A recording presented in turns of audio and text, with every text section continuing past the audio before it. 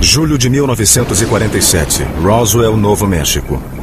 Acredita-se que os destroços encontrados no deserto dos arredores dessa pequena cidade sejam de um OVNI. A pergunta é, os OVNIs existem? A resposta a isso é sim. Durante anos houve muita controvérsia sobre o que realmente aconteceu ali, até que um condecorado ex-oficial da inteligência do Exército fez uma declaração notável. Ele disse que os OVNIs não só existiam, como o exército americano tomou conhecimento de suas tecnologias avançadas.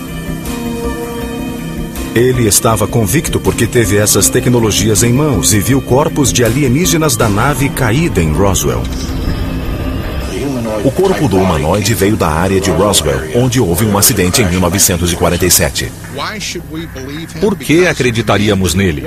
Pelo homem que ele foi, por seus anos de serviços dedicados aos Estados Unidos e pelo fato de ele ser considerado um dos maiores peritos militares em sua especialidade. Quem é essa pessoa? O que ele fez no passado? Das coisas que ele disse, o que se tornou realidade? O tenente-coronel Philip Corso alegou ter sido responsável por levar a tecnologia alienígena aos laboratórios militares e aos cientistas civis para desenvolver laser, fibra óptica, circuitos integrados, óculos de visão noturna e coletes à prova de balas. Examinamos discos voadores caídos ou abatidos, tentando entender seu funcionamento. Outros não acreditam que a tecnologia alienígena tenha impulsionado o complexo industrial militar. Essa é uma forma peculiar de falta de confiança na genialidade humana. Eu achei que Philip Corso não estava dizendo toda a verdade sobre vários pontos. A história de Philip Corso seria mera fantasia de um ambicioso oficial da inteligência? Ou ela confirmaria que um OVNI caiu em Roswell em 1947 e que isso gerou um programa secreto para incorporar a tecnologia alienígena ao desenvolvimento militar?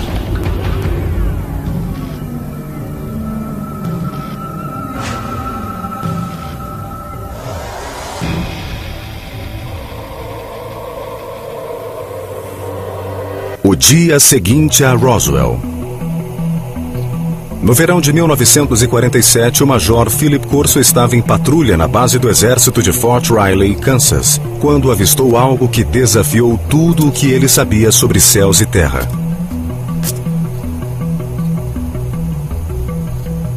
Corso era militar de carreira, um respeitado oficial da inteligência e um comandante da artilharia com acesso a armamento nuclear. Corso jura que viu em um caixote dentro do depósito da base uma forma de vida de outro planeta. Corso publicaria essa e outras revelações em um livro chamado O Dia Seguinte a Roswell, um best-seller do jornal New York Times, publicado em 1997. Em uma das noites de autógrafos, 5 coronéis o procuraram e viram que meu pai estava muito seguro de tudo o que havia escrito. Corso morreu em 1998. Mas o material que ele apresentou em seu livro ainda gera controvérsias. Agora, pela primeira vez, a história completa de sua carreira militar e de suas surpreendentes declarações sobre OVNIs será contada na televisão.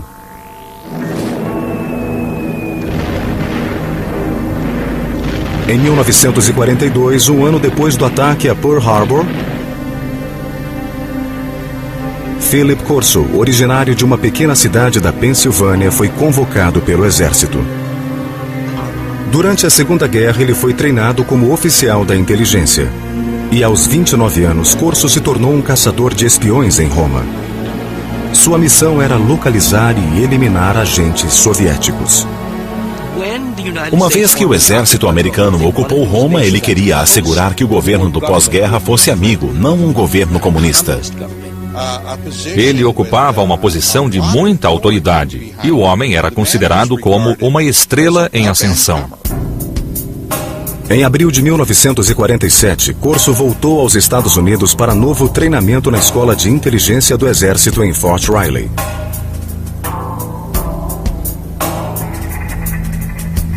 Três meses depois, em julho de 1947, aconteceu a fatídica noite do suposto encontro que o abalou profundamente.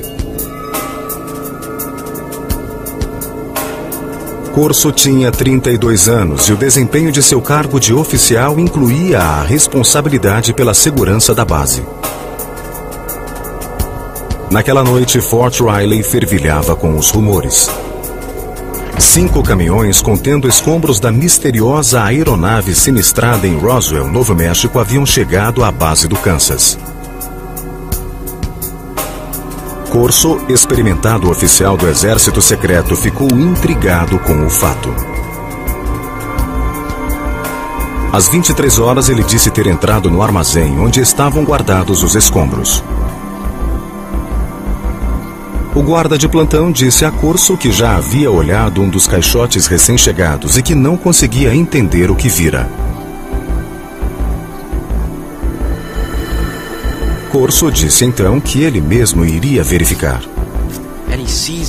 Ele viu as caixas, que mais pareciam caixões, mas eram pequenas como caixões de crianças.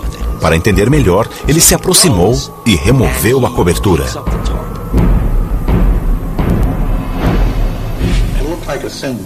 Parecia um pequeno corpo, humanoide, com uma cabeça grande e grandes olhos, não muito oblongos. Seu formato não era tão largo, como eu disse, como o nosso corpo. Corso disse que esse foi seu primeiro encontro com extraterrestres, mas que não foi o último, nem o mais significativo. Mais tarde, ele receberia arquivos ultra-secretos e artefatos alienígenas que, segundo ele, gerariam uma nova ordem tecnológica mundial. Mas isso demoraria mais de uma década para acontecer.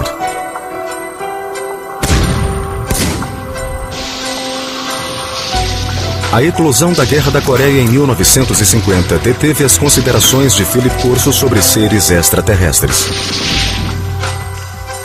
Ele se juntou à equipe do general Douglas MacArthur como especialista em artilharia para as forças da ONU. Depois do armistício de 1953, ele ficou na Ásia servindo como oficial da inteligência para repatriar americanos e prisioneiros de guerra aliados. Conheci Philip Corso porque ele foi oficial de projetos especiais do Comando do Extremo Oriente para prisioneiros de guerra. E mais tarde, teve o mesmo papel no Conselho de Segurança Nacional como assessor da Casa Branca no governo Eisenhower. De acordo com os registros militares, em julho de 1953, Corso foi promovido ao posto de tenente-coronel. Ele alegou que, como assessor de confiança do presidente Eisenhower, informou sobre o que acreditava ser uma crescente infiltração da KGB na CIA. Corso insistiu muito nisso no Conselho de Segurança Nacional e junto a Eisenhower. Corso declarou que Eisenhower o recompensou com seu próprio comando de combate. Em 1957, os registros militares confirmam que Corso foi posto no comando de um batalhão de artilharia nas instalações de mísseis de Red Canyon. Em outubro do mesmo ano, Corso ganhou o comando de um batalhão na Alemanha Ocidental, onde desenvolveu novas estratégias de ataque com armas nucleares. Ele demonstrou que podia fazer várias coisas, que sabia seguir ordens, mas que tinha iniciativa. Ele, sozinho, tinha o comando sobre uma bateria de armas nucleares. Na eventualidade de uma guerra com a União Soviética, nos anos 50, quando Corso estava na Alemanha, ele teria a autoridade individual de lançar mísseis nucleares.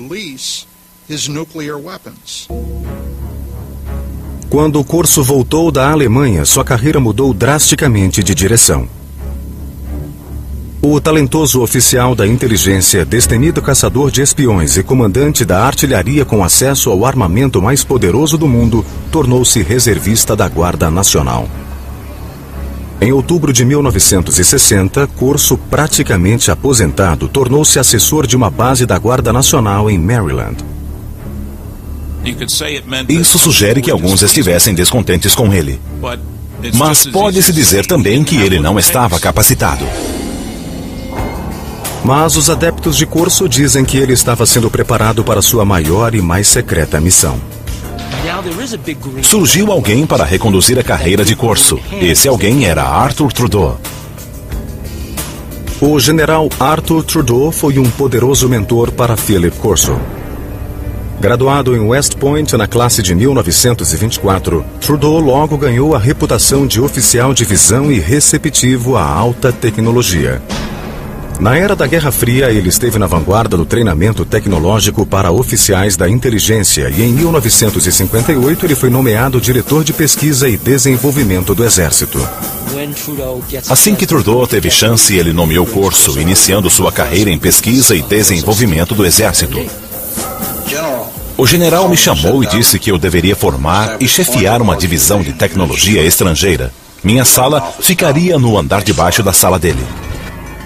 Até este ponto de sua carreira, o trabalho de Corso no Exército é facilmente verificável pelo exame dos registros militares. Ele trabalhava no Pentágono, tinha uma sala ali, eu tenho um registro. Ele trabalhava para Trudeau e o conhecia muito bem, isso não se questiona. Mas após a nomeação no Pentágono, reconstituir o percurso de Corso e confirmar suas afirmações se tornou muito mais difícil. Corso escreveu que sua função no Pentágono envolvia analisar equipamentos militares estrangeiros, como os armamentos de helicópteros desenvolvidos pelos franceses ou o caça britânico de decolagem e pouso vertical. Depois, ele promoveria a chamada reversão da tecnologia. Ao longo dos anos, os militares desenvolveram projetos com base na tecnologia de equipamentos inimigos capturados por forças americanas. Uma das tarefas de Corso era obter essa tecnologia estrangeira, essa tecnologia francesa e revertê-la. Então, se o resultado fosse bom, ele seria adicionado à nossa evolução tecnológica. A reversão tecnológica tinha papel importante na espionagem durante a Guerra Fria. Os soviéticos usaram um jato sabre americano para reverter tecnologia americana. E os Estados Unidos capturaram MiGs soviéticos para reverter tecnologia soviética. A rotina de trabalho de Corso envolvia analisar tecnologia estrangeira, mas essa tarefa logo seria alterada.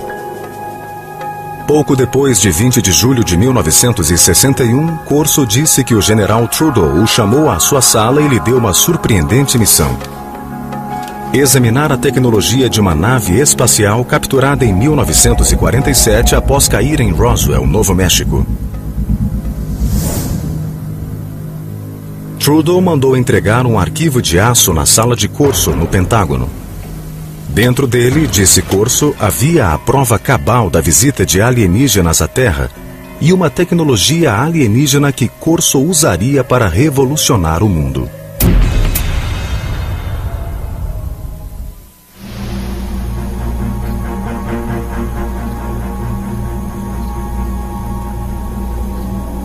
Em 1947, Philip Corso disse ter visto corpos de alienígenas oriundos da queda de um OVNI perto de Roswell, Novo México. A descrição de Corso coincide com a daqueles que se declararam testemunhas oculares do desastre. Os alienígenas, segundo essas testemunhas, eram 4 pequenos seres humanoides, com mãos com 4 dedos, pernas e pés finos, uma cabeça desproporcionalmente grande e olhos grandes e amendoados. Essas descrições supostamente apareceram nos documentos secretos preparados pelos investigadores do governo. Até hoje, a autenticidade dos documentos não foi confirmada.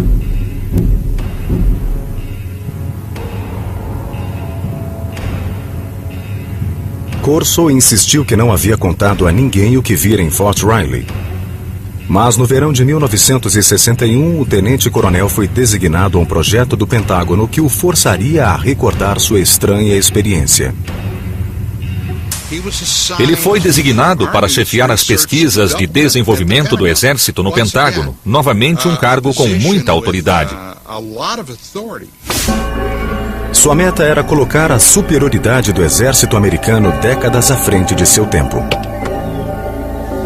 Nós tínhamos o conhecimento, nós tínhamos a organização, o dinheiro e os cérebros para isso. E nós o fizemos.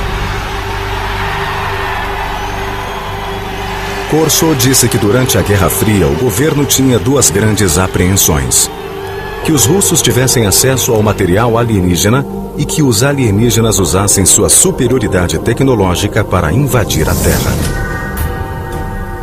Segundo Corso, um simples arquivo de aço guardava materiais extraordinários recolhidos do desastre de Roswell.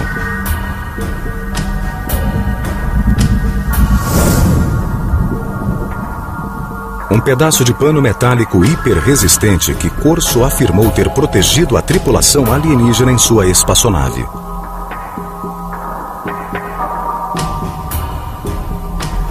Um tubo que parecia emitir um raio de luz vermelha. Corso imaginava que pudesse ser um instrumento cirúrgico ou uma arma.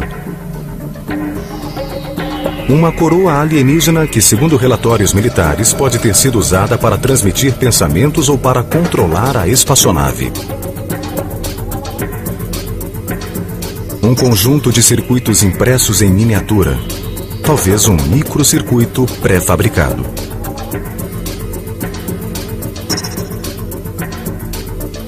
Um fio flexível, em cujo interior podia haver transmissão de luz.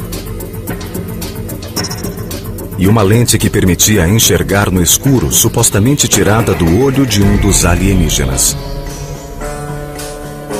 Para entender melhor o conteúdo do arquivo de aço, Corso disse ter mergulhado nos documentos secretos do governo que reportavam tecnologias supostamente encontradas em Roswell. Segundo os relatórios que Corso alegou ter lido, alguns dos mais ilustres cientistas do mundo, homens como Wernher von Braun e Robert Oppenheimer, tiveram acesso ao local da queda em Roswell. Corso teria recebido autorização do general Trudeau para reunir uma equipe de elite. Eu poderia colocar quem eu quisesse nessa equipe, engenheiros, cientistas. Eu disse que colocaria até alemães. Eu disse que poria 1 ou 2 alemães, além dos cientistas americanos. Corso afirmou que, com base em sua leitura atenta dos relatórios de Roswell, ele desenvolveu uma teoria própria sobre o funcionamento das naves alienígenas. Corso disse que a espaçonave tinha meios de saltar. Ela não voava normalmente de um lugar a outro, ela pulava. Ele disse que isso era claro, que havia uma onda ao redor da nave que permitia, de algum modo, que ela fosse não uma espaçonave, mas uma máquina do tempo.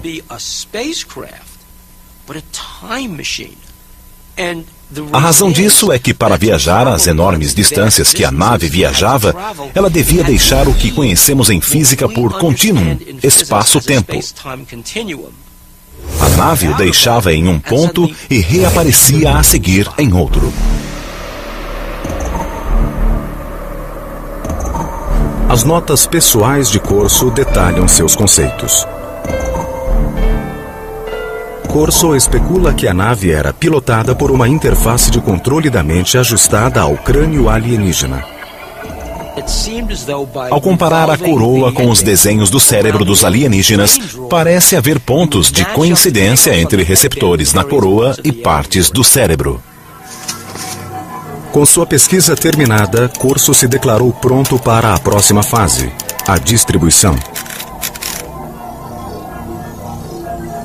Ele passaria a tecnologia alienígena que alega ter recolhido de Roswell a certos fornecedores para seu desenvolvimento. Tentem imaginar o que aconteceria se uma astronave tivesse caído na Terra e contivesse uma tecnologia fabulosa e alguém como Corso a entregasse a laboratórios de pesquisa pedindo que explicassem seu funcionamento.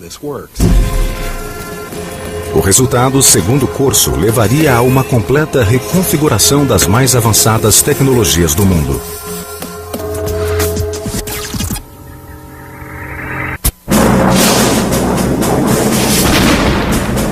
No início dos anos 60, o poderio militar americano estava direcionado para a Guerra Fria e o tenente-coronel Philip Corso queria trazer a tecnologia alienígena de Roswell para o cenário. No final do verão de 1961, ele afirmou ter contatado laboratórios militares de pesquisa bélica sobre os artefatos alienígenas. Os laboratórios do Exército também tinham cientistas civis em quem confiavam para lidar com materiais secretos. Phil Corso ficou à vontade em trabalhar com esses laboratórios e com cientistas civis, porque os laboratórios se responsabilizariam por tudo. Havia nos Estados Unidos inúmeros laboratórios de alta tecnologia onde cientistas civis trabalhavam em projetos militares ultra secretos. Los Alamos, que viu nascer o projeto Manhattan, é talvez o mais famoso. Mas em 1961, Fort Belvoir, na Virgínia, trabalhava silenciosamente em um projeto de uma década para desenvolver a chamada visão noturna. Corso afirmou ter sido esse o primeiro laboratório ao qual submeteu a tecnologia alienígena. Para reverter a tecnologia dessas coisas adequadamente, ele não poderia ir a uma oficina qualquer. Ele teve de ir aonde alguém entenderia aquela tecnologia. Segundo Corso, as testemunhas oculares de Roswell reportaram que a nave alienígena tinha uma tecnologia de intensificação de imagem. Se alguém entrasse na nave e olhasse para fora, o mundo pareceria brilhante como o dia, mesmo à noite. Ainda segundo ele, uma lente retirada do olho de um dos alienígenas tinha a propriedade de intensificar a luz. Ninguém sabia como as duas coisas se relacionavam, mas ele sabia de seu valor potencial. No fim do verão de 1961, Corso ajudou os cientistas de Fort Belvoir ao mostrar-lhes a lente alienígena de intensificação da luz e possivelmente outras tecnologias de luz da nave de Roswell. Apesar de acharmos que há uma clara linha de desenvolvimento desse tipo de tecnologia remontando à Segunda Guerra Mundial, essa tecnologia explodiu geometricamente a partir dessa época. Mas isso poderia ser atribuído à tecnologia recolhida em Roswell, como queria Corso? Segundo ele, poderia.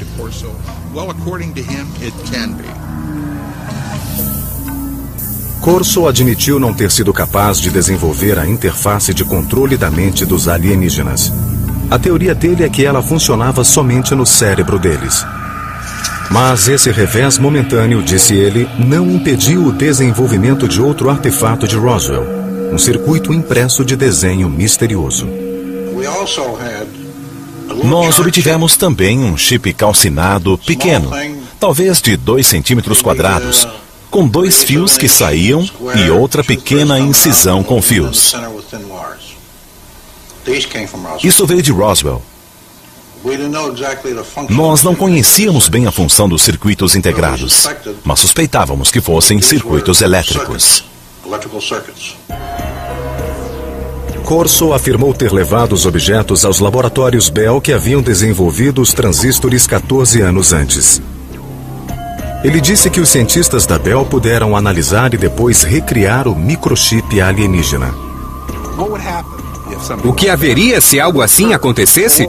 Bem, o que haveria é que em muito pouco tempo o mundo seria radicalmente transformado. Não há dúvida de que depois do desenvolvimento do circuito integrado no início dos anos 60, o mundo se transformou. Aparelhos eletrônicos, de telefones celulares a computadores laptop se tornaram realidade.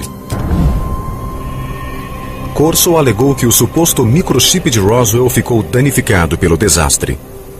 Mas em seu poder havia outro objeto alienígena, cujo funcionamento parecia perfeito. Através dos relatórios, ele sabia que quando se apontava esse raio, ele causava queimaduras à superfície do objeto visado.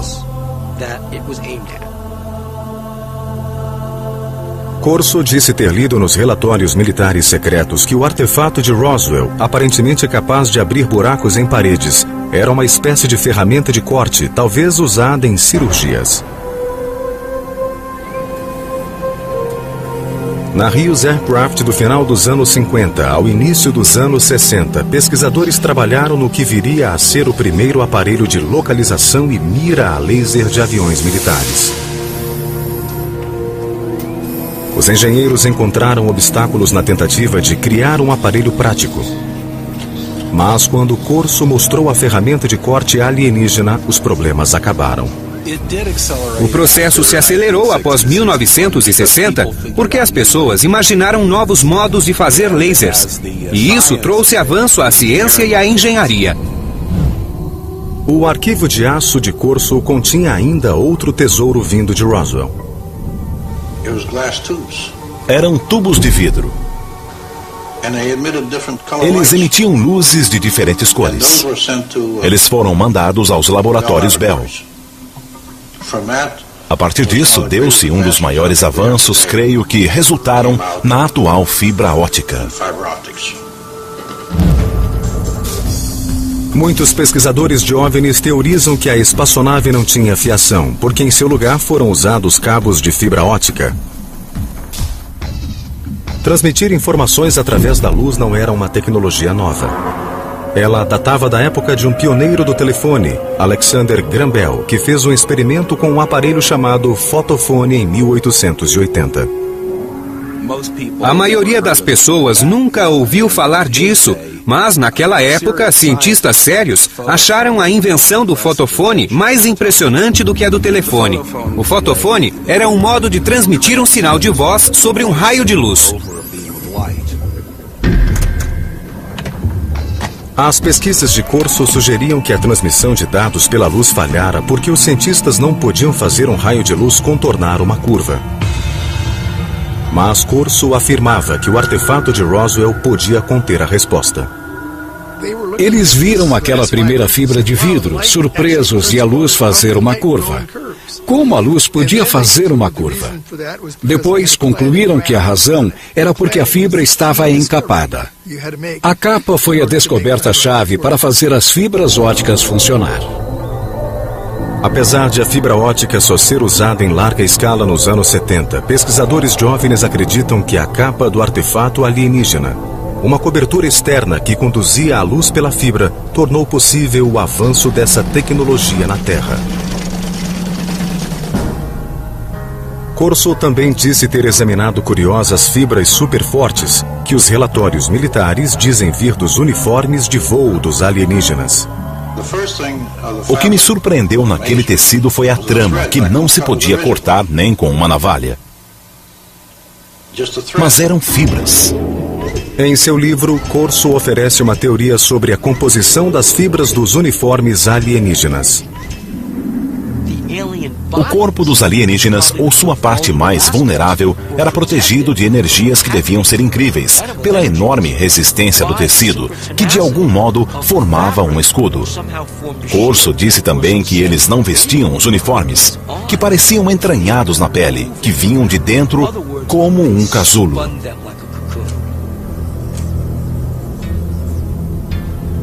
Segundo Corso, ele se perguntou se essas superfibras poderiam se transformar em um escudo à prova de balas para uso policial e militar.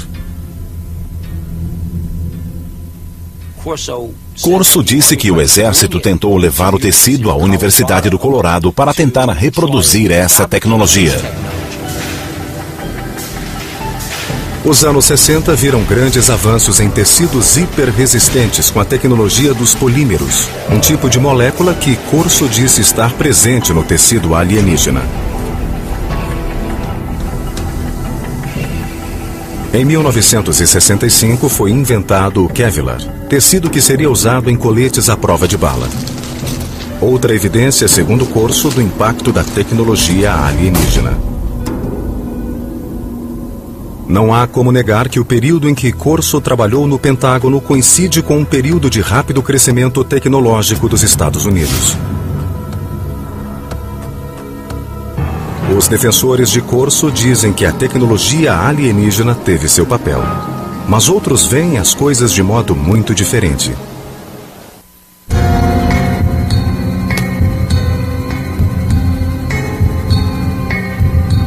Em seu best-seller, O Dia Depois de Roswell, o tenente-coronel Philip Corso afirmou que a tecnologia alienígena obtida em Roswell foi por ele introduzida na agenda tecnológica do exército americano.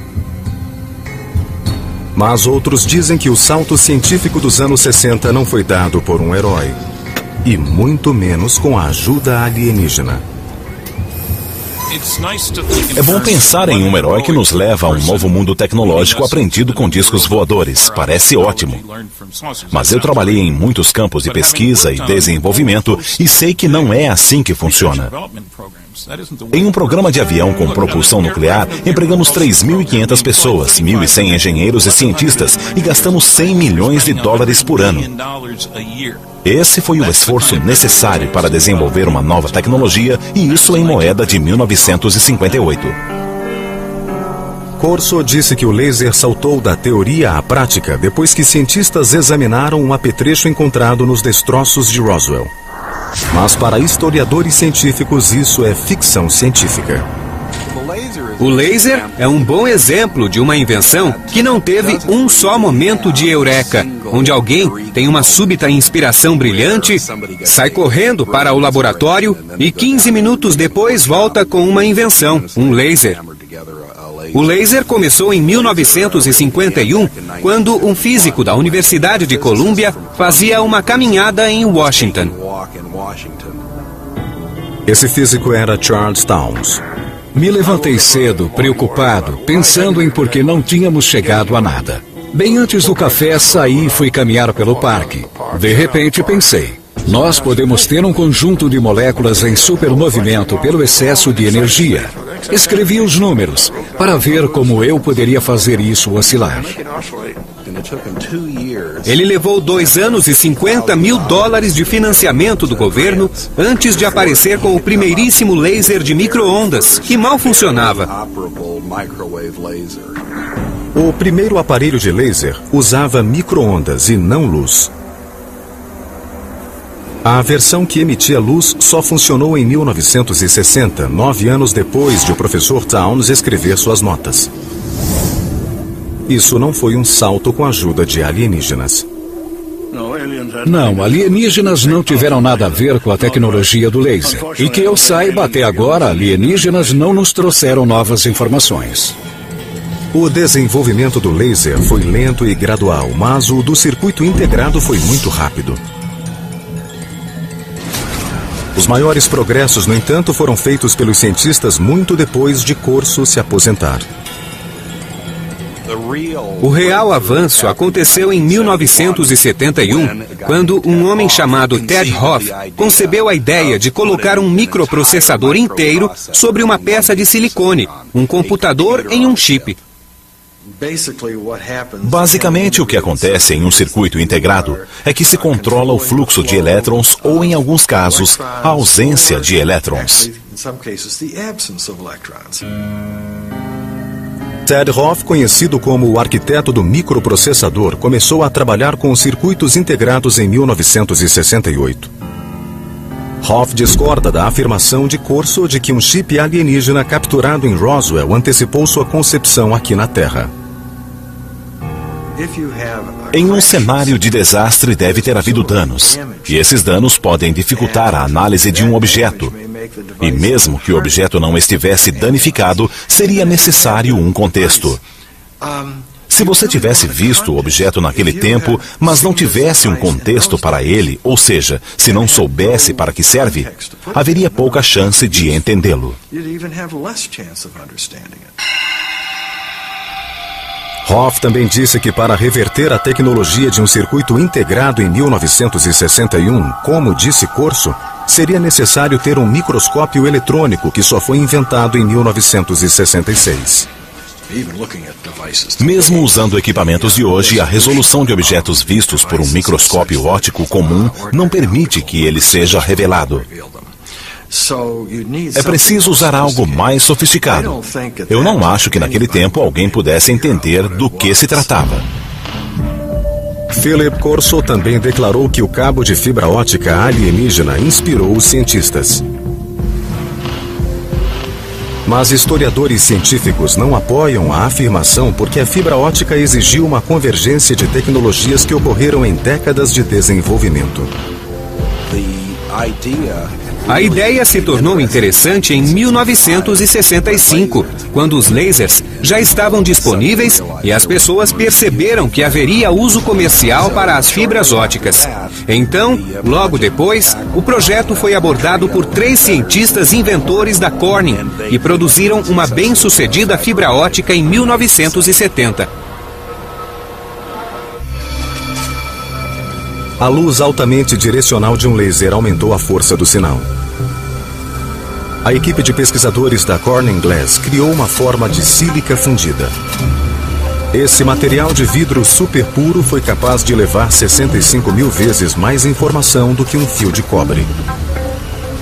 Isso tornou a fibra óptica comercialmente viável 10 anos depois que Corso alegou ter acelerado a tecnologia. Esse foi o grande feito de Don Keck, de Peter Schultz e de Bob Maurer, quando estavam na Corning, ou seja, criar um modo completamente novo de fazer vidro. Corso também declarou ter inspirado um salto na tecnologia de ampliação de sinal de luz.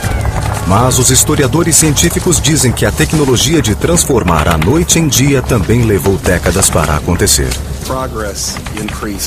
O progresso foi tão gradual que remonta à década de 40, quando radares de intensificação de imagens foram usados pelos aliados na Guerra do Pacífico.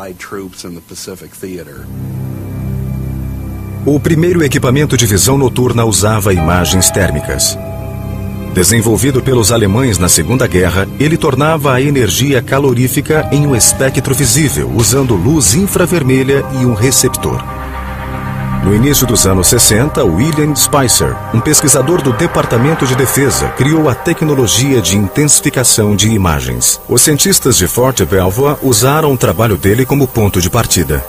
A intensificação de imagens não requer luz adicional. Funcionando como um rádio que recebe ondas curtas, ela amplifica a luz existente.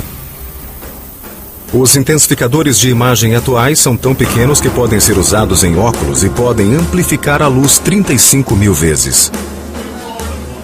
Cientistas sugerem que se Corso realmente mostrou um amplificador de imagens aos pesquisadores nos anos 60, isso de pouco serviu para acelerar o progresso da tecnologia. A engenharia que se exigia progrediu muito lentamente. Fazer a visão noturna funcionar dependia em grande parte de uma engenharia espetacular. Finalmente, segundo peritos científicos, as superfibras de Corso não vieram de uniformes espaciais alienígenas, mas de anos de pesquisas de uma cientista chamada Stephanie Kuolek, que trabalhou para a empresa DuPont. Ela aprendeu a organizar cadeias superfortes de átomos em 1965 e em 1971 o Kevlar chegou ao mercado.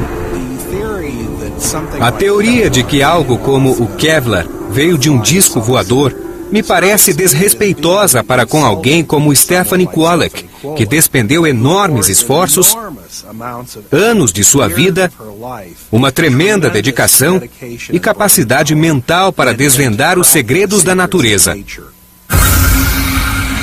No entanto, alguns céticos insistem que o tenente-coronel Corso simplesmente não tinha a bagagem técnica para conduzir um programa de engenharia reversa. Eu li algo que ele escrevera anos antes e achei muito pouco técnico. Trabalhei na General Electric, Westinghouse, General Motors, TRW Systems, McDonnell Douglas, sempre com muitos técnicos. Eu mesmo sou físico. Eu não vi nada no que Corso escreveu que mostrasse que ele tivesse conhecimento, habilidade, talento, coisas básicas, para tratar dessas questões e realizá-las. Para isso, Corso tinha uma resposta. Alegava que sua equipe de cientistas de elite o ajudou a interpretar os objetos de Roswell. Eu não tive treinamento científico algum e tudo era muito técnico. Mas os cientistas alemães estavam lá. Eu conhecia von Braun e Hermann Oberth, que era um dos que diziam que nós fomos ajudados, mas não podíamos dizer nada para proteger o orçamento e a organização. Para os céticos, há ainda o aspecto da patente de Corso. Um tenente-coronel, dizem alguns, não comandaria as coisas que Corso alegava comandar. Eu acho que uma indicação de seu valor para os militares estaria no fato de ele não ser coronel, apesar de todos os anos de serviço. Mas outros endossam as afirmações de Corso, em especial os que dizem conhecer bem os métodos do exército americano. Naquele tempo, um tenente-coronel tinha muito mais autoridade e posição do que hoje em dia. E mesmo hoje, há tenentes-coronéis que sabem muito de táticas importantes e até de planejamento estratégico e operacional. Todos os fornecedores militares com quem Corso disse ter trabalhado negaram qualquer envolvimento com tecnologias alienígenas ou qualquer impulso dado por elas. Não há memorandos, diretivas ou papéis de trabalho que corroborem as afirmações de Corso sobre levar a cabo qualquer reversão de tecnologia alienígena. Mas quem apoia Corso diz que não há papéis por uma razão muito simples.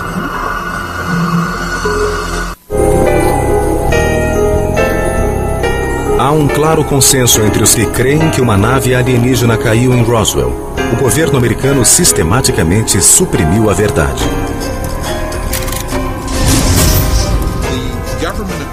O governo dos Estados Unidos, bem como outros pelo mundo, fez de tudo para manter a questão envolta em grande segredo, sob um manto de mistério. Philip Corso disse que ele também teve de manter seu programa de reversão de tecnologia em segredo. Não podíamos discutir. Nossas decisões só podiam ser discutidas entre nós. Nós íamos bem, tínhamos autoridade e dinheiro para nossos projetos de desenvolvimento. Então nos mantivemos assim, sem nos envolver na discussão de se eles existem ou não. Quanto à contribuição de Corso ao avanço da ciência, os céticos dizem que a tecnologia que ele disse ter impulsionado teria emergido de qualquer modo. Como prova, eles oferecem a coroa de controle da mente, uma tecnologia alienígena cujo desenvolvimento Corso não reclama para si. Hoje ela está perto de se tornar realidade sem sua ajuda. Desde os anos 70, cientistas fazem experimentos usando leituras de eletroencefalogramas para dar feedback e propor mudanças de comportamento. Hoje já se podem usar jogos de feedback de eletroencefalograma para controlar condições neurológicas. Mas a tecnologia de controle da mente já avançou para além desse ponto.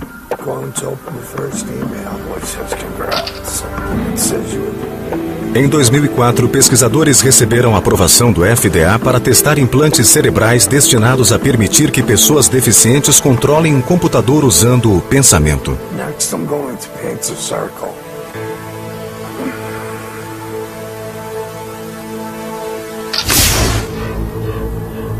Pesquisadores de OVNIs dizem que o segredo imposto pelos governos pode obscurecer para sempre os fatos de Roswell. E, portanto, obscurecer a verdade sobre o fato de a tecnologia alienígena ter contribuído ou não no papel do desenvolvimento de fibra óptica, de tecidos hiperresistentes, lasers, circuitos integrados ou intensificadores de imagens. Alguns acham, por exemplo, que alienígenas intervieram em 3500 a.C. no Egito para ajudar na construção das pirâmides. Sabemos muito bem que os egípcios eram perfeitamente capazes de colocar grandes blocos uns sobre os outros. Se os egípcios, de repente, tivessem desenvolvido telefones celulares ou algo assim, eu diria que sim, que poderia ser uma intervenção. Mas não foi assim. O tenente-coronel Philip Corso pode ser questionado. Suas ideias podem ser contestadas e suas predições descartadas como ficção científica. Mas seu impacto na lenda dos OVNIs e sua experiência pessoal não podem ser minimizadas. Os militares, o Pentágono, o governo dos Estados Unidos não dão esse tipo de autoridade a um maluco qualquer. Esse homem era muito considerado, muito respeitado. O que eu tenho a perder na minha idade? Eu devo contar a história a meus netos, porque eu não sei por quanto tempo eu estarei por aqui. Quando eu for, tudo irá comigo. Deve ter havido muitas ocasiões, muitos dias, em que Philip Corso se perguntou: por que eu? Por que eu tenho essas informações? Eu acho que isso o deve ter perseguido por muitos anos. É difícil manter um segredo assim dentro de si. Meu pai disse que até hoje, apenas 10% da história foi contada. O restante é confidencial. Laser começou em 1951, quando um físico da Universidade de Colômbia fazia uma caminhada em Washington. Esse físico era Charles Townes. Me levantei cedo, preocupado, pensando em por que não tínhamos chegado a nada. Bem antes do café, saí e fui caminhar pelo parque. De repente, pensei: nós podemos ter um conjunto de moléculas em supermovimento pelo excesso de energia. Escrevi os números para ver como eu poderia fazer isso oscilar. Ele levou 2 anos e $50 mil de financiamento do governo antes de aparecer com o primeiríssimo laser de micro-ondas, que mal funcionava. O primeiro aparelho de laser usava micro-ondas e não luz. A versão que emitia luz só funcionou em 1960, 9 anos depois de o professor Townes escrever suas notas. Isso não foi um salto com a ajuda de alienígenas. Não, alienígenas não tiveram nada a ver com a tecnologia do laser. E que eu saiba, até agora, alienígenas não nos trouxeram novas informações. O desenvolvimento do laser foi lento e gradual, mas o do circuito integrado foi muito rápido. Os maiores progressos, no entanto, foram feitos pelos cientistas muito depois de Corso se aposentar. O real avanço aconteceu em 1971, quando um homem chamado Ted Hoff concebeu a ideia de colocar um microprocessador inteiro sobre uma peça de silicone, um computador em um chip. Basicamente, o que acontece em um circuito integrado é que se controla o fluxo de elétrons ou, em alguns casos, a ausência de elétrons. Ted Hoff, conhecido como o arquiteto do microprocessador, começou a trabalhar com os circuitos integrados em 1968. Hoff discorda da afirmação de Corso de que um chip alienígena capturado em Roswell antecipou sua concepção aqui na Terra. Em um cenário de desastre deve ter havido danos, e esses danos podem dificultar a análise de um objeto. E mesmo que o objeto não estivesse danificado, seria necessário um contexto. Se você tivesse visto o objeto naquele tempo, mas não tivesse um contexto para ele, ou seja, se não soubesse para que serve, haveria pouca chance de entendê-lo. Hoff também disse que para reverter a tecnologia de um circuito integrado em 1961, como disse Corso, seria necessário ter um microscópio eletrônico que só foi inventado em 1966. Contado a ninguém o que vira em Fort Riley. Mas no verão de 1961, o tenente-coronel foi designado a um projeto do Pentágono que o forçaria a recordar sua estranha experiência. Ele foi designado para chefiar as pesquisas de desenvolvimento do Exército no Pentágono, novamente um cargo com muita autoridade. Sua meta era colocar a superioridade do exército americano décadas à frente de seu tempo. Nós tínhamos o conhecimento, nós tínhamos a organização, o dinheiro e os cérebros para isso. E nós o fizemos. Corso disse que durante a Guerra Fria o governo tinha 2 grandes apreensões: que os russos tivessem acesso ao material alienígena e que os alienígenas usassem sua superioridade tecnológica para invadir a Terra. Segundo Corso, um simples arquivo de aço guardava materiais extraordinários recolhidos do desastre de Roswell.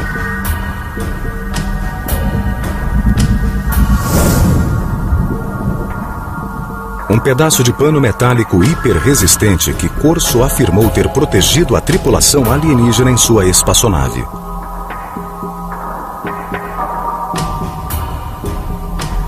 Um tubo que parecia emitir um raio de luz vermelha. Corso imaginava que pudesse ser um instrumento cirúrgico ou uma arma. Uma coroa alienígena que, segundo relatórios militares, pode ter sido usada para transmitir pensamentos ou para controlar a espaçonave. Um conjunto de circuitos impressos em miniatura. Talvez um microcircuito pré-fabricado.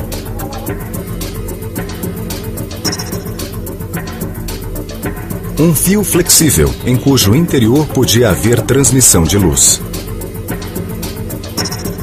E uma lente que permitia enxergar no escuro, supostamente tirada do olho de um dos alienígenas. Para entender melhor o conteúdo do arquivo de aço, Corso disse ter mergulhado nos documentos secretos do governo que reportavam tecnologias supostamente encontradas em Roswell. Segundo os relatórios que Corso alegou ter lido, alguns dos mais ilustres cientistas do mundo, homens como Wernher von Braun e Robert Oppenheimer, tiveram acesso ao local da queda em Roswell. Corso teria recebido autorização do general Trudeau para reunir uma equipe de elite. Eu poderia colocar quem eu quisesse nessa equipe, engenheiros, cientistas. Eu disse que colocaria até alemães. Eu disse que poria um ou dois. Corso tinha 32 anos e o desempenho de seu cargo de oficial incluía a responsabilidade pela segurança da base. Naquela noite, Fort Riley fervilhava com os rumores. 5 caminhões contendo escombros da misteriosa aeronave sinistrada em Roswell, Novo México, haviam chegado à base do Kansas. Corso, experimentado oficial do Exército Secreto, ficou intrigado com o fato.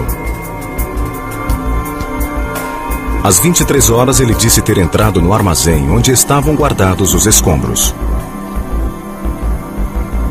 O guarda de plantão disse a Corso que já havia olhado um dos caixotes recém-chegados e que não conseguia entender o que vira. Corso disse então que ele mesmo iria verificar. Ele viu as caixas, que mais pareciam caixões, mas eram pequenas como caixões de crianças. Para entender melhor, ele se aproximou e removeu a cobertura.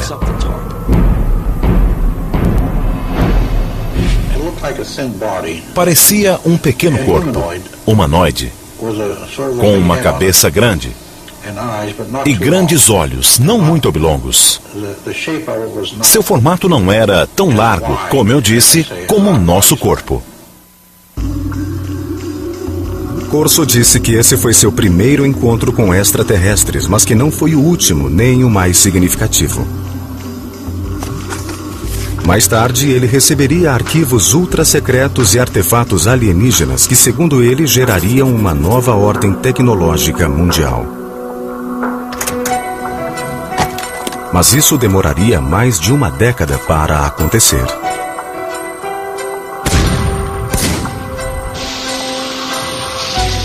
A eclosão da Guerra da Coreia em 1950 deteve as considerações de Philip Corso sobre seres extraterrestres. Ele se juntou à equipe do general Douglas MacArthur como especialista em artilharia para as forças da ONU. Depois do armistício de 1953, ele ficou na Ásia servindo como oficial da inteligência para repatriar americanos e prisioneiros de guerra aliados. Conheci Philip Corso porque ele foi oficial de projetos especiais do Comando do Extremo Oriente para prisioneiros de guerra. E mais tarde, teve o mesmo papel no Conselho de Segurança Nacional como assessor da Casa Branca no governo Eisenhower. De acordo com os registros militares, em julho de 1953, Corso foi promovido ao posto de tenente-coronel. Um conjunto de circuitos impressos em miniatura, talvez um microcircuito pré-fabricado.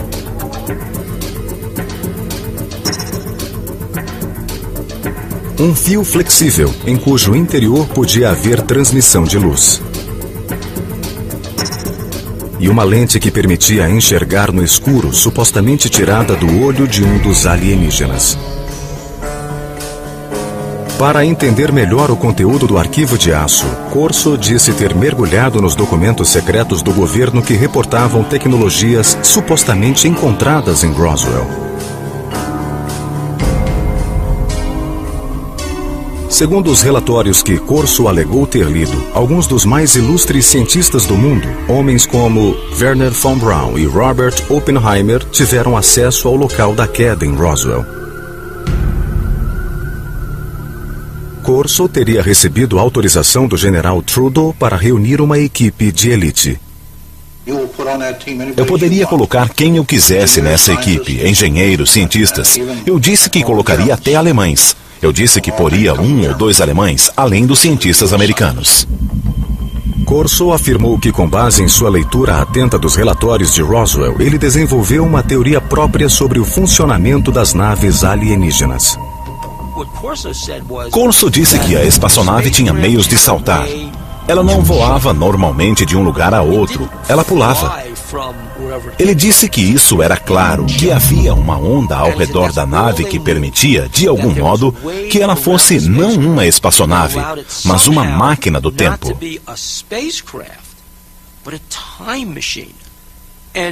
A razão disso é que, para viajar às enormes distâncias que a nave viajava, ela devia deixar o que conhecemos em física por contínuo, espaço-tempo. A nave o deixava em um ponto e reaparecia a seguir em outro. As notas pessoais de Corso detalham seus conceitos. Corso especula que a nave era pilotada por uma interface de controle da mente ajustada ao crânio alienígena. Ao comparar a coroa com os desenhos do cérebro dos alienígenas, parece haver pontos de coincidência entre receptores na coroa e partes do cérebro. Com sua pesquisa terminada, Corso se declarou pronto para a próxima fase, a distribuição. Ele passaria a tecnologia alienígena que alega ter recolhido de Roswell a certos fornecedores para seu desenvolvimento. Tentem imaginar o que aconteceria se uma Mais tarde, ele receberia arquivos ultra-secretos e artefatos alienígenas que, segundo ele, gerariam uma nova ordem tecnológica mundial. Mas isso demoraria mais de uma década para acontecer.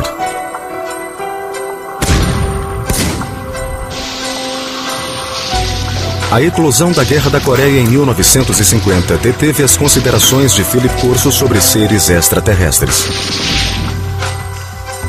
Ele se juntou à equipe do general Douglas MacArthur como especialista em artilharia para as forças da ONU.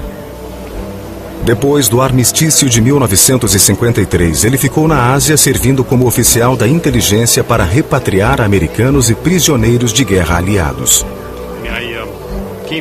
Conheci Philip Corso porque ele foi oficial de projetos especiais do Comando do Extremo Oriente para prisioneiros de guerra. E mais tarde, teve o mesmo papel no Conselho de Segurança Nacional como assessor da Casa Branca no governo Eisenhower. De acordo com os registros militares, em julho de 1953, Corso foi promovido ao posto de tenente-coronel. Ele alegou que, como assessor de confiança do presidente Eisenhower, informou sobre o que acreditava ser uma crescente infiltração da KGB na CIA. Corso insistiu muito nisso no Conselho de Segurança Nacional e junto a Eisenhower. Corso declarou que Eisenhower o recompensou com seu próprio comando de combate. Em 1957, os registros militares confirmam que Corso foi posto no comando de um batalhão de artilharia nas instalações de mísseis de Red Canyon. Em outubro do mesmo ano, Corso ganhou o comando de um batalhão na Alemanha Ocidental, onde desenvolveu novas estratégias de ataque com armas nucleares. Ele demonstrou que podia fazer várias coisas, que sabia seguir ordens, mas que tinha iniciativa. Ele, sozinho, tinha o comando sobre uma bateria de armas nucleares. Na eventualidade de uma guerra com a União Soviética, nos anos 50, quando Corso estava na Alemanha, ele teria a autoridade individual de lançar mísseis nucleares. Quando Corso voltou da Alemanha, sua carreira mudou drasticamente de direção. O talentoso oficial da inteligência, destemido caçador de espiões e comandante da artilharia com acesso ao armamento mais poderoso do mundo, tornou-se reservista da Guarda Nacional. Em outubro de 1960, Corso, praticamente aposentado, tornou-se assessor de uma base da Guarda Nacional em Maryland. Com mãos com 4 dedos, pernas e pés finos, uma cabeça desproporcionalmente grande e olhos grandes e amendoados. Essas descrições supostamente apareceram nos documentos secretos preparados pelos investigadores do governo. Até hoje, a autenticidade dos documentos não foi confirmada.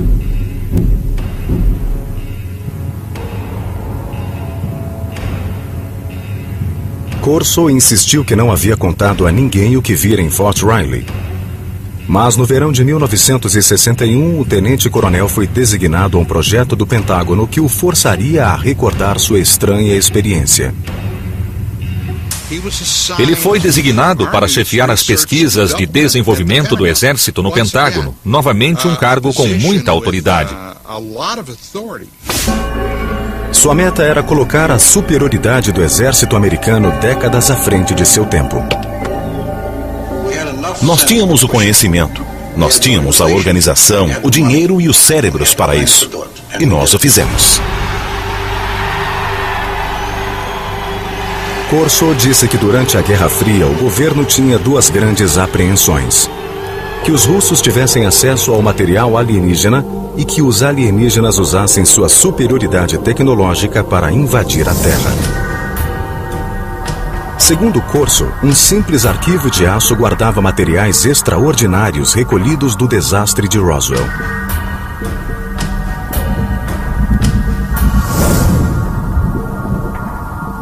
Um pedaço de pano metálico hiperresistente que Corso afirmou ter protegido a tripulação alienígena em sua espaçonave.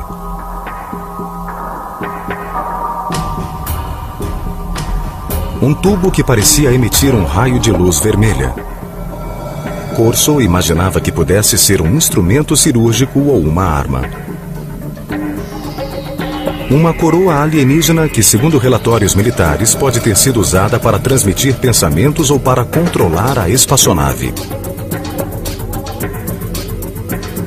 Um conjunto de circuitos impressos em miniatura, talvez um microcircuito pré-fabricado.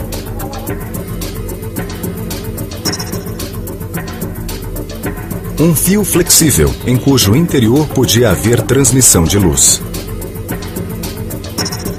E uma lente que permitia enxergar no escuro, supostamente tirada do olho de um dos alienígenas. Para entender melhor o conteúdo do arquivo de aço, Corso disse ter mergulhado nos documentos secretos do governo que reportavam tecnologias supostamente encontradas em Roswell. Uma nova ordem tecnológica mundial. Mas isso demoraria mais de uma década para acontecer.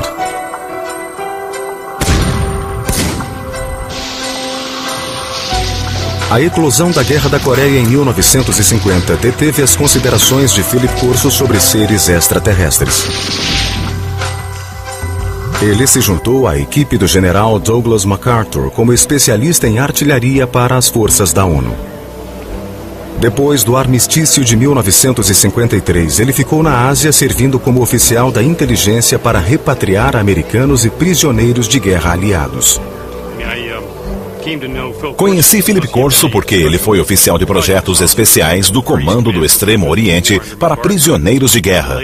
E mais tarde, teve o mesmo papel no Conselho de Segurança Nacional como assessor da Casa Branca no governo Eisenhower. De acordo com os registros militares, em julho de 1953, Corso foi promovido ao posto de tenente-coronel. Ele alegou que, como assessor de confiança do presidente Eisenhower, informou sobre o que acreditava ser uma crescente infiltração da KGB na CIA. Corso insistiu muito nisso no Conselho de Segurança Nacional e junto a Eisenhower. Corso declarou que Eisenhower o recompensou com seu próprio comando de combate. Em 1957, os registros militares confirmam que Corso foi posto no comando de um batalhão de artilharia nas instalações de mísseis de Red Canyon. Em outubro do mesmo ano, Corso ganhou o comando de um batalhão na Alemanha Ocidental, onde desenvolveu novas estratégias de ataque com armas nucleares. Ele demonstrou que podia fazer várias coisas, que sabia seguir ordens, mas que tinha iniciativa. Ele, sozinho, tinha o comando sobre uma bateria de armas nucleares. Na eventualidade de uma guerra com a União Soviética, nos anos 50, quando Corso estava na Alemanha, ele teria a autoridade individual de lançar mísseis nucleares. Quando Corso voltou da Alemanha, sua carreira mudou drasticamente de direção. O talentoso oficial da inteligência, destemido caçador de espiões e comandante da artilharia com acesso ao armamento mais poderoso do mundo, tornou-se reservista da Guarda Nacional. Em outubro de 1960, Corso, praticamente aposentado, tornou-se assessor de uma base da Guarda Nacional em Maryland. Isso sugere que alguns estivessem descontentes com ele. Mas pode-se dizer também que eles suspeitávamos que fossem circuitos elétricos. Corso afirmou ter levado os objetos aos laboratórios Bell que haviam desenvolvido os transistores 14 anos antes. Ele disse que os cientistas da Bell puderam analisar e depois recriar o microchip alienígena. O que haveria se algo assim acontecesse? Bem, o que haveria é que em muito pouco tempo o mundo seria radicalmente transformado. Não há dúvida de que depois do desenvolvimento do circuito integrado no início dos anos 60, o mundo se transformou. Aparelhos eletrônicos, de telefones celulares a computadores laptop, se tornaram realidade. Corso alegou que o suposto microchip de Roswell ficou danificado pelo desastre. Mas em seu poder havia outro objeto alienígena, cujo funcionamento parecia perfeito. Através dos relatórios, ele sabia que quando se apontava esse raio, ele causava queimaduras à superfície do objeto visado. Corso disse ter lido nos relatórios militares secretos que o artefato de Roswell, aparentemente capaz de abrir buracos em paredes, era uma espécie de ferramenta de corte, talvez usada em cirurgias. Na Hughes Aircraft do final dos anos 50 ao início dos anos 60, pesquisadores trabalharam no que viria a ser o primeiro aparelho de localização e mira a laser de aviões militares. Os engenheiros encontraram obstáculos na tentativa de criar um aparelho prático. Mas quando Corso mostrou a ferramenta de corte alienígena, os problemas acabaram. O processo se acelerou após 1960 porque as pessoas imaginaram novos modos de fazer lasers. E isso trouxe avanço à ciência e à engenharia. O arquivo de aço de Corso continha ainda outro tesouro vindo de Roswell. Eram tubos de vidro. Eles emitiam luzes de diferentes cores. Eles foram mandados aos laboratórios Bell. A partir disso, deu-se um dos maiores avanços, creio que resultaram na atual fibra óptica. Muitos pesquisadores de OVNIs teorizam que a espaçonave não tinha fiação, porque em seu lugar foram usados cabos de fibra óptica. Transmitir informações através da luz não era uma tecnologia nova. Ela datava da época de um pioneiro do telefone, Alexander Graham Bell, que fez um experimento com um aparelho chamado fotofone em 1880. A maioria das pessoas... Isso sugere que alguns estivessem descontentes com ele. Mas pode-se dizer também que ele não estava capacitado. Mas os adeptos de Corso dizem que ele estava sendo preparado para sua maior e mais secreta missão. Surgiu alguém para reconduzir a carreira de Corso. Esse alguém era Arthur Trudeau. O general Arthur Trudeau foi um poderoso mentor para Philip Corso. Graduado em West Point na classe de 1924, Trudeau logo ganhou a reputação de oficial de visão e receptivo à alta tecnologia. Na era da Guerra Fria, ele esteve na vanguarda do treinamento tecnológico para oficiais da inteligência e em 1958 ele foi nomeado diretor de pesquisa e desenvolvimento do Exército. Assim que Trudeau teve chance, ele nomeou Corso, iniciando sua carreira em pesquisa e desenvolvimento do Exército. O general me chamou e disse que eu deveria formar e chefiar uma divisão de tecnologia estrangeira. Minha sala ficaria no andar de baixo da sala dele.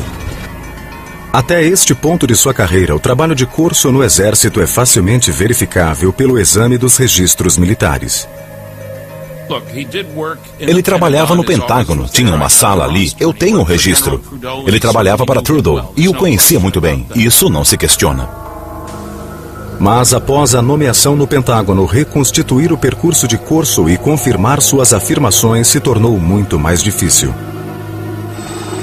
Corso escreveu que sua função no Pentágono envolvia analisar equipamentos militares estrangeiros, como os armamentos de helicópteros desenvolvidos pelos franceses ou o caça britânico de decolagem e pouso vertical.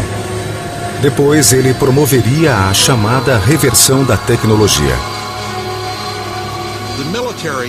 Ao longo dos anos, os militares desenvolveram projetos com base na tecnologia de equipamentos inimigos capturados por forças americanas. Uma das tarefas de Corso era obter essa tecnologia estrangeira, essa tecnologia francesa e revertê-la. Então, se o resultado fosse bom, ele seria adicionado à nossa evolução tecnológica. A reversão tecnológica tinha papel importante na espionagem durante a Guerra Fria. Os soviéticos usaram um jato Sabre americano para reverter tecnologia americana. E os Estados Unidos capturaram MiGs soviéticos para reverter tecnologia soviética. A rotina de trabalho de Corso envolvia analisar tecnologia estrangeira, mas essa tarefa logo seria alterada. Pouco depois de 20 de julho de 1961, Corso disse que o general Trudeau o chamou à sua sala e lhe deu uma surpreendente missão. Civis, porque os laboratórios se responsabilizariam por tudo. Havia nos Estados Unidos inúmeros laboratórios de alta tecnologia onde cientistas civis trabalhavam em projetos militares ultra-secretos. Los Alamos, que viu nascer o projeto Manhattan, é talvez o mais famoso. Mas em 1961, Fort Belvoir, na Virgínia, trabalhava silenciosamente em um projeto de uma década para desenvolver a chamada visão noturna. Corso afirmou ter sido esse o primeiro laboratório ao qual submeteu a tecnologia alienígena. Para reverter a tecnologia dessas coisas adequadamente, ele não poderia ir a uma oficina qualquer. Ele teve de ir aonde alguém entenderia aquela tecnologia. Segundo Corso, as testemunhas oculares de Roswell reportaram que a nave alienígena tinha uma tecnologia de intensificação de imagem. Se alguém entrasse na nave e olhasse para fora, o mundo pareceria brilhante como o dia, mesmo à noite. Ainda segundo ele, uma lente retirada do olho de um dos alienígenas tinha a propriedade de intensificar a luz. Ninguém sabia como as duas coisas se relacionavam, mas ele sabia de seu valor potencial. No fim do verão de 1961, Corso ajudou os cientistas de Fort Belvoir ao mostrar-lhes a lente alienígena de intensificação da luz e possivelmente outras tecnologias de luz da nave de Roswell.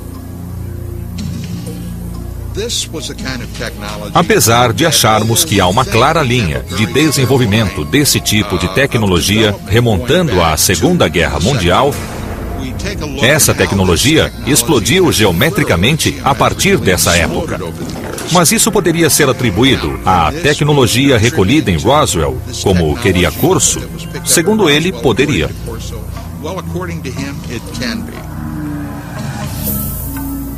Corso admitiu não ter sido capaz de desenvolver a interface de controle da mente dos alienígenas. A teoria dele é que ela funcionava somente no cérebro deles. Mas esse revés momentâneo, disse ele, não impediu o desenvolvimento de outro artefato de Roswell, um circuito impresso de desenho misterioso. Nós obtivemos também um chip calcinado pequeno, talvez de 2 centímetros quadrados, com 2 fios que saíam e outra pequena incisão com fios. Isso veio de Roswell. Nós não conhecíamos bem a função dos circuitos integrados, mas suspeitávamos que fossem circuitos elétricos. Corso afirmou ter levado os objetos aos laboratórios